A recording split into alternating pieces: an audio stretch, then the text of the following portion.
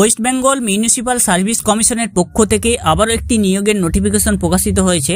আপনারা যারা নবম শ্রেণী পাস আছেন তারা অবশ্যই এখানে আবেদন করে নিতে পারবেন। নবম শ্রেণী পাস থেকে মাধ্যমিক, উচ্চ মাধ্যমিক এবং গ্র্যাজুয়েশন যারা পাস করে আছেন তাদের পক্ষে এটি একটি সুবর্ণ সুযোগ। আপনাদের জন্য আজকে জানিয়ে দেবো আপনারা এই পদের জন্য অনেকগুলি পোস্টে ভ্যাকেন্সি বেরিয়েছে। তা আপনারা কোন কোন পদে কোন যোগ্যতা কিভাবে আপনারা আবেদন করবেন সমস্ত বিষয় নিয়ে আপনাদেরকে আজ জানিয়ে দেবো। বেঙ্গল সার্চ ইউটিউব চ্যানেলে আপনাদের সকলকে স্বাগত জানাই। চ্যানেলে যারা নতুন হয়েছেন তাদের কাছে অনুরোধ করবো চ্যানেলটিকে সাবস্ক্রাইব করে রাখবেন এরকম আরও নতুন নতুন ভিডিও পেতে, এবং আমাদের পাশে থাকবেন চ্যানেলটিকে সাবস্ক্রাইব করে, এবং ফেসবুক পেজ থেকে দেখলে পেজটিকে অবশ্যই ফলো দিয়ে রাখবেন।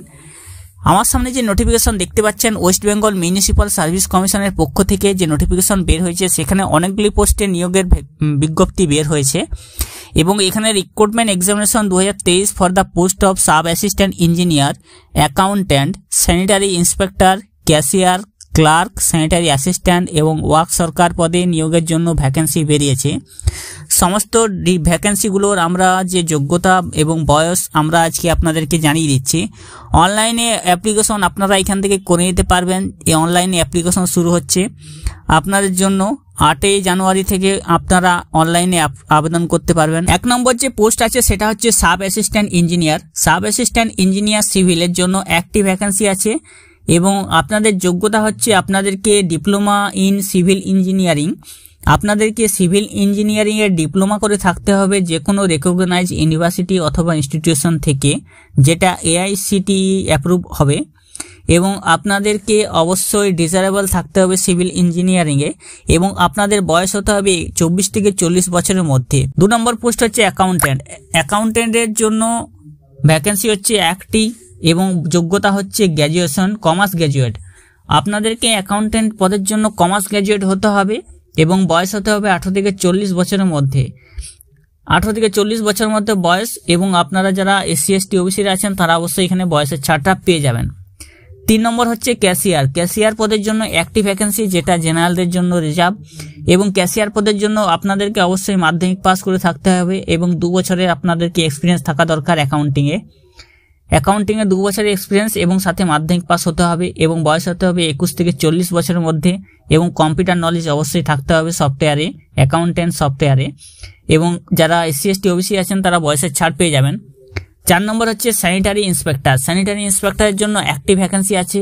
যোগ্যতা হচ্ছে আপনাদেরকে হায়ার সেকেন্ডারি পাস করে থাকতে হবে যে কোনো ইউনিভার্সিটি বা বোর্ড থেকে, এবং আপনাদেরকে ডিপ্লোমা ইন সার্টিফিকেট থাকতে হবে স্যানিটারি ইন্সপেক্টরের, এবং আপনাদের বয়স হতে হবে 21 থেকে 40 বছরের মধ্যে। স্যানিটারি ইন্সপেক্টরের জন্য হায়ার সেকেন্ডারি পাস সাথে ডিপ্লোমা স্যানিটারি ইন্সপেক্টরে, এবং আপনাদের বয়স 21 থেকে 40 বছরের মধ্যে হতে হবে। 5 নম্বর পোস্ট হচ্ছে স্যানিটারি অ্যাসিস্ট্যান্ট। স্যানিটারি অ্যাসিস্ট্যান্টের জন্য একটি ভ্যাকেন্সি আছে, এবং যোগ্যতা হচ্ছে আপনাদেরকে মাধ্যমিক পাস করে থাকতে হবে, এবং আপনাদেরকে অবশ্যই মাধ্যমিক পাস থাকতে হবে, এবং বয়স হতে হবে 18 থেকে 40 বছরের মধ্যে, এবং আপনাদেরকে ফিল্ডের এক্সপিরিয়েন্স অবশ্যই লাগবে। 6 নম্বর হচ্ছে ক্লার্ক। ক্লার্কের জন্য আপনাদের 2টি ভ্যাকেন্সি আছে, যেটা SCর জন্য একটি এবং জেনারেলদের জন্য একটি রিজার্ভ আছে, এবং যারা মাধ্যমিক পাস করে আছেন তাদের জন্য এটি সুবর্ণ সুযোগ। মাধ্যমিক পাস করে থাকলে আপনি আবেদন করতে পারবেন ক্লার্ক পদের জন্য, এবং আপনাদেরকে অবশ্যই কম্পিউটার নলেজ থাকতে হবে টাইপিংয়ে, এবং বয়স হতে হবে 18 থেকে 40 বছরের মধ্যে। 7 নম্বর হচ্ছে ওয়ার্ক সরকার। ওয়ার্ক সরকারের জন্য একটি ভ্যাকেন্সি আছে, যেটার জন্য আপনাদের যোগ্যতা হচ্ছে নবম শ্রেণী পাস। নবম শ্রেণী পাস হলে আপনি আবেদন করে নিতে পারবেন ওয়ার্ক সরকারে, এবং বয়স হতে হবে 18 থেকে 40 বছরের মধ্যে। 18 থেকে 40 বছরের মধ্যে বয়স হতে হবে, এবং আপনারা অবশ্যই বয়সের ছাড় পেয়ে যাবেন SC ST OBCরা। এখানে আপনাদেরকে নির্দিষ্ট ওয়েবসাইটে গিয়ে আপনাদের ফর্ম ফিল আপ করতে হবে। সেই ওয়েবসাইটে গিয়ে যাবতীয় ডকুমেন্টস আপনাকে আপলোড করতে হবে। এখানে SC STরা 5 বছর, OBCরা 3 বছর, এবং যারা PWD বা হ্যান্ডিক্যাপ আছেন তারা 10 বছরের বয়সের ছাড় অবশ্যই পেয়ে যাবেন। এখানে যে অ্যাপ্লিকেশন ফি লাগবে সেটা আপনাদের অবশ্যই জেনারেল বা OBCদের জন্য 150 টাকা, প্রসেসিং চার্জ 50 টাকা নিয়ে 200 টাকা। জেনারেল এবং ওবিসিদের জন্য 200 টাকা লাগবে, এবং SC ST PWD এর জন্য 50 টাকা লাগবে প্রসেসিং চার্জ সমেত। এখানে যে এক্সামিনেশন সেন্টারগুলো আছে সেই এক্সামিনেশন সেন্টারগুলো আপনাদেরকে অবশ্যই কলকাতার মধ্যে চাই। কলকাতার মধ্যে অবশ্যই এক্সামিনেশন সেন্টারগুলো পড়বে, এবং রাইটিং টেস্ট থাকবে 200 নম্বরের, এবং পার্সোনালিটি টেস্ট থাকবে আপনাদের 40 নম্বরের, এবং সিলেবাস আপনারা ওয়েবসাইট থেকে দেখতে পেয়ে যাবেন। সিলেবাসে লাস্ট ডেট আছে 7 ফেব্রুয়ারি 2024 এর মধ্যে। 7 ফেব্রুয়ারি 2024 এটা লাস্ট ডেট।